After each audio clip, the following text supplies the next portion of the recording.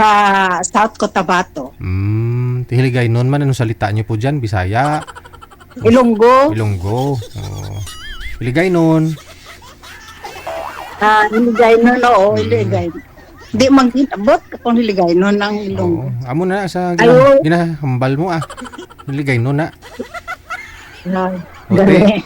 Kamusta na parito po kayo sa programa natin? Anong mailingkod ko sa'yo?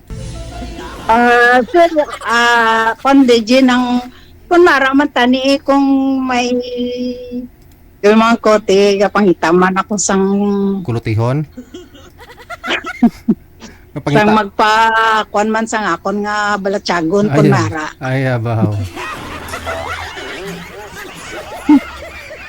Saan po ba yung asawa mo? Single pa, sir. Hindi pa Idol. Hindi pa kayo ka pangasawa? Wala pa? Laon gid. Ay, abaw. Ilang taon ka na? 60 years old. Wow, 60. Ba't ngayon mo lang naisip na maghanap ng mapapangasawa? Kay subong malang ko ka kuan. Ba't na-busy ka po ba sa trabaho, ganun? Isa na kay dati man ko FW. So kailan po kayo nag-for good? Nanglimtan ko, siglang trabaho na limtan ko gali nga mag-asawa. Aray. So kailan pa po kayo dito sa Pilipinas? Tong 2024. For good ka na. Anong dahilan? Ba't nag-abroad po kayo? Matagal po kayo sa abroad? Opo, mga 30 years. Tagal din Para kanino? Sa mga magulang mo, kapatid mo, ganon? Opo, sa lahat sasaka sa akin. So nakalimutan mo na talaga mag-asawa? Ngayon mo lang naisip? Wala man sang nakitaan nga maayo. Pero nagka-boyfriend ko, kalibin partner dati? Oo, may man. Dati? Dito na sa abroad. Saan po kayong bansa? Pero Pilipino, why pa ko naka-testing sang Pilipino nga kwan. Ibang lahi lang? Saan bansa po ba kayo dati? Sa Lebanon. So Lebanese na rin yung naging boyfriend mo? Anong damil? Anong lasa? Lasa lalaki mangyapon. Buti hindi kayo nagkaroon ng doon? Souvenir? Wala man. Hindi kayo nakabuo? Wala. Iniwan mo siya, umuwi ka dito sa Pilipinas. Sayang naman. So anong hanap mo sa lalaki ngayon?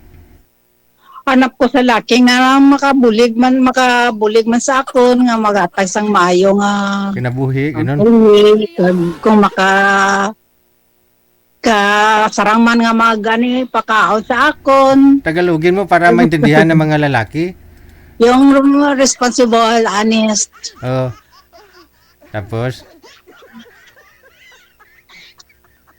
maayo na yung mabuti ang kon. Maayo siya nga lalaki. Tapos? Kag nang ko na. Daw kasing edad ko man. 60 anyos, gano'n? 60 anyos. So ngayon, ano pinagkabalahan mo dyan? Anong binibisi-bisihan mo? May gamay ako nga tindahan, kag may pension man nga gamay. Wow, sa SSS? Opo. Di maganda, no? 60 ka na. Kailan mo lang nakuha? This year lang? This year lang, this year. Alam ko sa SSS, pwede mo yatang makuha lahat yan, no? 4 years, gano'n? 4 years mong hinulog. 4 years? Oo, sa unang kuha mo ng SSS. Ilang milyon kinakuha mo? Sanay lang. Wala man. Hindi, wala ako na ako. Ako lang atong mag-upisa pala ako sa ako na itong disbursement ba to? Mamula siya. Tapos magkuha pa lang ako subong kuan kay nag-loan man ako.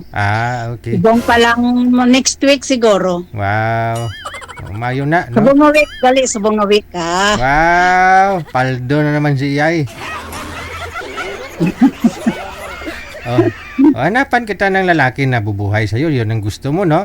Na may trabaho. Siyempre, Oo. nang may trabaho man, bisan ng pensioner man. Oo. Wag lang umasa sa'yo kasi siyempre ikaw may business ka dyan, tsaka may pensyon, no? Di ba? Sige hanapan kita ng pensioner. Ay, tani idol, no? O, sige. Pero gusto mo pa magkanak? Ay, expired na, expired na. 60 ka pa lang. Walang imposible. Lula ko nga 69. Ay, oo, itong akon nga amo, 68, nagarigla pa man. Amo mo, 68 na regla pa? Anong Kaya may ginana, pero, oo, nagarigla pa siya. 68? 68. Yung bagay, lula ko nga 69, nabuntis. Yung ama, mabuti yung ama mo, hindi nabuntis ng amo mo. Wala man, kay Kwan man, di ka contraceptive lang yapon, gapon naman. kasi baka mag-viral, no? 68, nagkaanak pa. Anong lahi po yun? Anong lahi? Libanis. Libanis? Talaga? Oo, 60 pa to siya. 68? Ano sila? Health conscious, no? Maalaga sila sa sarili nila, ganun. Oo, may naman, oo. Pa doktor man siya. May tapos, may ginainom siya. May nagapels pa siya.